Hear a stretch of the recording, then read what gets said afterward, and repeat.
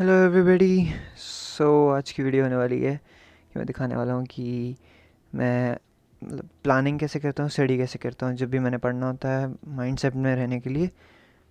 यहाँ पे जैसे कि मेरे पास अपनी स्क्रीन है, तो ये मेरी स्क्रीन है। ऐसे मैं अपने छोटे छोटे प्लान बनाता रहता हूँ। जब मैंने ये स्क्रीन खोली होती है ना, तो मुझे जैसे मैंने अपनी ये कोर्स की वेबसाइट खोल रखी है, मेरे को इसका होमवर्क करना है। एशिया ये वाली मैंने क्लास ले रखी है 13-11, तो मुझे इसका होमवर्क करना है। मेरी 2 वीक की असाइनमेंट्स पड़ी हैं। मेरी क्लास में ऑनलाइन भी परस्यू कर सकता हूँ, जो हमारे प्रोफेसर उन्होंने हमें दी हुई है, मतलब छूट दे रही हुई है कि आराम से आप करो ऑनलाइन परस्यू भी। अगर आपको नहीं आ होता 1-2 क्लासेस के लिए, मोस्टली ना मिस करो। बट अगर नहीं आ होता कोई बात नहीं, अब ऑनलाइन सारी जो भी है वर्कशीट फिल कर लो। तो मैं ऐसे ये देखो अभी यहाँ पे बना रहा हूँ वर्कशीट्स वगैरह वगैरह। तो उसको बनाते बनाते मैं साथ में अपना एक स्केड्यूल बनाता रहता हूँ। अगर मैं ये फुल टाइम फुल करके दिया हूँ, जैसे मैंने एशिया 39, तो मैं ये एक हेल्प गाइड बना रहा हूँ कि अगर किसी को हेल्प चाहिए हो कि प्लान नहीं हो रहा, दिन कैसे कैसे चल रहा था, क्योंकि चला जाता है यहाँ पे इंस्टा रील्स खोल कर। जब मैं खुद बैठा हुआ था और मैं आके बैठा, प्लान करना शुरू किया। अगर तुम कुछ थोड़ा सा करोगे ना, साथ साथ सब कुछ होता चलता जाता है, ठीक है। तो अगर जैसे अभी यहाँ पे देखें, एशिया 13-11 मेरा मैंने नाम लिखा, ग्रेडिंग हो चुकी है। मैंने कहा सिक्स वीक तक की ग्रेडिंग हो चुकी है। मैं अगर दिखाऊँ तो जैसा कि अभी ये दिखाएगा, यहाँ पे ग्रेड्स वाली वेबसाइट को खोल के देख लें, तो देखो 6 वीक तक ग्रेडिंग हो चुकी है। तो कोई फ़ायदा नहीं है उससे पीछे वाली सारी असाइनमेंट्स करने का। तो मैं वीक 6 से 7 से करूँ, पर मैंने वीक 6 से करनी शुरू करनी थी पहले। मैंने बोला कि वीक 7 से start, do not do any work pending कर लिया, ठीक है। तो आज के टास्क क्या हैं? Start worksheet from worksheet 6, week 6 की वर्कशीट से स्टार्ट करना है। और जो सी डिस्कशन है वो वीक 8, मैंने वीक 7 तक की डिस्कशंस कर दी। वीक 7 की मैं वर्कशीट करना भूल गया, तो मुझे ये नहीं याद कि मैं वीक 7 की क्लास में गया था। तो एनीवेज मैं अपनी ऑनलाइन वर्कशीट भी सबमिट कर दूँगा। ऐसे छोटे छोटे छोटे गोल सेट करो, अपनी असाइनमेंट्स कंप्लीट करो। अब जो सी नेक्स्ट क्लास है मेरी, अब मैंने आज के लिए एक और गोल लगाया हुआ है। You need to do 5 task Asia 13-11 के लिए। वो है कि 3 वर्कशीट 2 डिस्कशंस, वीक 9 तक है, ठीक है, डिस्कशन। तो उसके बाद then you need to do psychology 1200 भी मैंने एक कोर्स रखा हुआ है। तो ये 3 कोर्स रखे हैं मैंने, तीनों के लिए। जैसे अगर मैं यहाँ पे हाईलाइट करने के लिए अगर मैं यहाँ पे लगा दूँ, तो ये तीन तीन तीन टास्क हैं। ये क्या हो गया, ये है यू नीड टू, ये भी पता नहीं क्या हो गया। तो ये आपको समझ में आ गया ना कैसे मैं करने की कोशिश करूँ। तो यहाँ पे मैंने ये 3 टास्क बनाए हुए हैं। Need to do 5 task of Asia 13-11। दूसरा टास्क है मेरा कि साइकोलॉजी 1200 के लिए मेरे को है कि जैसे वो वाले टीचर ने हमें दिया हुआ है कि अगर मैं ये कोर्स जैसे खोलूँ, उन्होंने एक्सटर्नल एक साइट प्रोवाइड की हुई है। अगर मैं साइकोलॉजी की साइट पे जाऊँ तो उन्होंने डायरेक्ट लिंक की, एक हमें लॉन्च पैड की साइट की, ये हमें परचेज़ करना पड़ता है एक्सटर्नल। तो वहाँ पे जाके मुझे जो जो कि टास्क मिले हैं, जैसे कि आज है 12 मार्च, तो मुझे वो, ये अगर मैं अपनी क्लास में एंटर करूँ तो 13th की वो डेडलाइन है। ये देखो जैसे कि यहाँ पे लिखा होगा मार्च 13 से डेडलाइन। तो मुझे याद आता है बैक ऑन द माइंड, तो मुझे ये कंप्लीट करने हैं। नहीं किए तो वो पास ड्यू, जैसे कि ये आ चुके हैं। मेरी एक असाइनमेंट पास ड्यू जा चुकी है गलती से। मेरे पिछली वीक मेरे को नहीं याद रहा क्योंकि थोड़ा ओवरवेलमिंग हो गया था, मतलब काम बहुत ज़्यादा था। और साथ में थोड़ी और असाइनमेंट थी। शॉर्ट पेपर ड्यू था, जो सा एक मैंने एशिया 13-11 का दिया, उसका एक शॉर्ट पेपर ड्यू था। और मेरा फ़िलासफ़ी का एक वो भी था, एग्ज़ाम भी था, मिड टर्म था।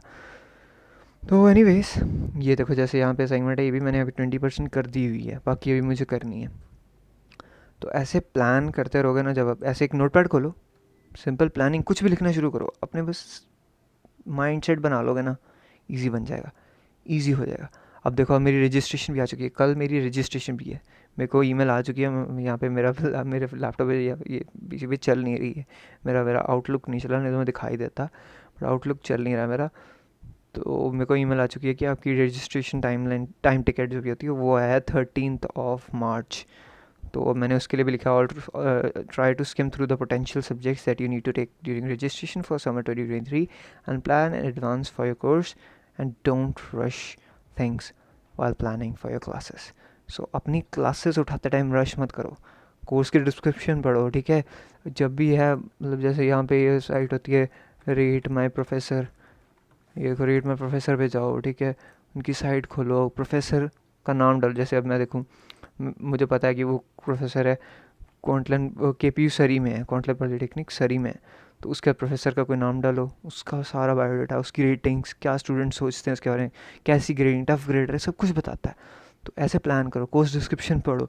कोर्स की कोई लिंक्ड क्लास तो नहीं है, जैसे बायो की कुछ अगर क्लासेस अगर हम उठाएं, या लैब क्लासेस जैसे CPSC की कंप्यूटर साइंस की उठाएं, तो उनके अंदर लैब्स भी होती हैं, तो वो देखना पड़ता है, कोर्स। जब ये मैं अगर दिखाऊँ, रजिस्ट्रेशन अगर खुली नहीं होगी मेरी, ओ ये तो कल खोल लिया, रजिस्टर फॉर क्लासेस में अगर मैं जाऊँ तो वहाँ पे ना दिखाता है कि ब्राउज क्लासेस, अभी शायद रजिस्टर फॉर क्लासेस मुझे करने नहीं देगा।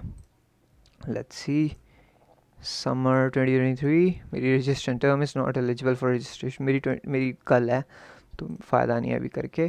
तो अगर मैं दिखाऊँ ब्राउज क्लासेस में जाऊँ ना, 2023 करा। अब मैं क्या करने लगा था, मुझे देखना था कि